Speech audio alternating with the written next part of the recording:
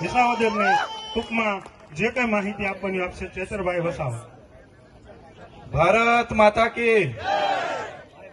આજે વિસાવદરની આ પાવન ધરતી પર પ્રદેશ કાર્યકર્તાઓના આ સ્નેહ મિલન સમારંભમાં આપણા ગુજરાતના પ્રભારી એવા ગોપાલરાયજી, સહપ્રભારી એવા દુર્ગેશભાઈ પાઠકજી અને સહપ્રભારી એવા ગુલાબસિંહ યાદવજી અને આપણા સૌના લાડીલા પ્રદેશ પ્રમુખ એવા ઈસુદાનજી સાથે જેમણે આ વિસાવદરમાં જેમનું નામ ચૂંટણી જાહેર થાય એના પહેલા જાહેર થયું છે એવા આપણા સૌના માર્ગદર્શક, આપણા સૌના લોક લાડીલા અને આપણા સૌના હુકમના એકા એવા ગોપાલભાઈ અને તમામ મંચસ્થ આગેવાનો સાથે ગુજરાતના દરેક જિલ્લા તાલુકામાંથી પધારેલા તમામ સાથી કાર્યકરો સૌનું હું હૃદયપૂર્વક આવકારું છું. સૌને મારા નમન કરું છું.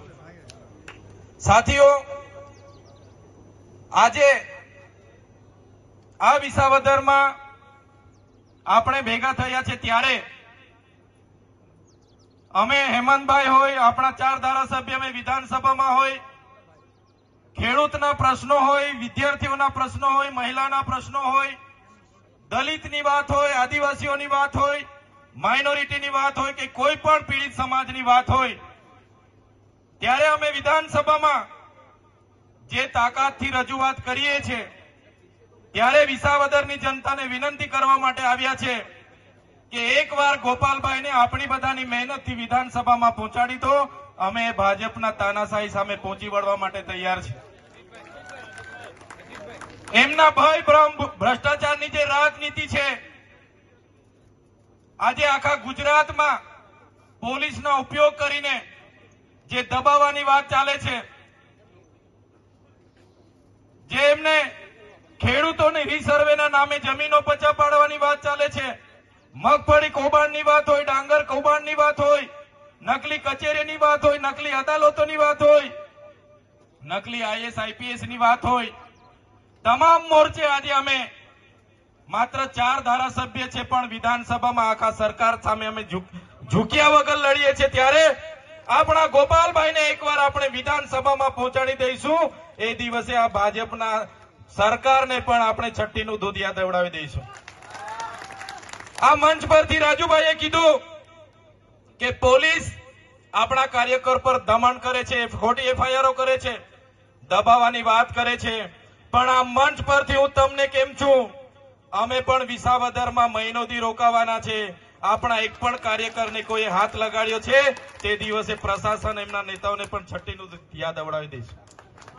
કોઈએ ડરવાની જરૂર નથી. આ એમનો સાયકોલોજી ડર છે એને કાઢવાની જરૂર છે. સાથીઓ, શરૂઆત થઈ ગઈ છે. દિલ્હીની ટીમ આપણી વચ્ચે આવી ગઈ છે. માન્ય કેજરીવાલજી પોતે નિરીક્ષણ કરે છે, પલ પલનો રિપોર્ટ લે છે. તો પહેલો ટાર્ગેટ આપણે વિસાવદર જીતવાનો છે. તૈયાર છો બધા? તૈયાર છો બધા? પહેલો ટાર્ગેટ આપણે વિસાવદર જીતવાનો છે. બીજો ધ્યેય આવનારી તાલુકા જિલ્લા પંચાયતો જીતવાની છે. અને ત્રીજો ટાર્ગેટ આપણામાંથી તમામ યુવા લીડરો, તમામ લીડરો આવનારી 182 વિધાનસભા આપણે લડવાની છે અને ગુજરાતની આપણે સરકાર બનાવવાની છે. આમ આદમીની સરકાર બનાવવાની છે.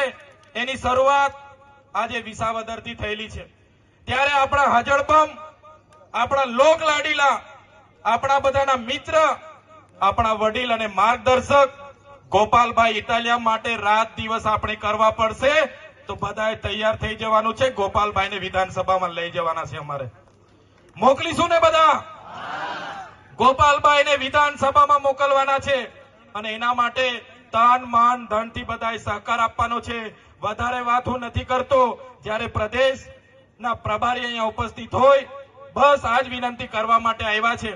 તમામ કાર્યકર્તાઓ, તમારાથી જે પણ મદદ થાય આ ચૂંટણીમાં ગોપાલભાઈને વિધાનસભામાં મોકલવા માટે તન મન ધન અને સમય બધાએ આપવાનો છે. ધન્યવાદ. તમામ ગુજરાતના કાર્યકર્તાઓ, મંચસ્થ તમામ આગેવાનો, સૌ પોતાના કિંમતી સમય આપીને અહીંયા ઉપસ્થિત થયા છો.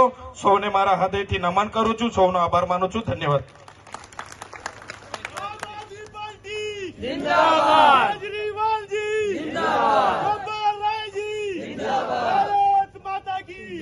ધન્યવાદ.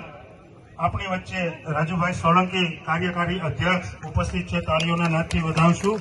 અજીતભાઈ લોખીલ સંગઠન મંત્રી ગુજરાત પ્રદેશ એ પણ ઉપસ્થિત છે. એમને પણ તાળીઓથી વધાવશું.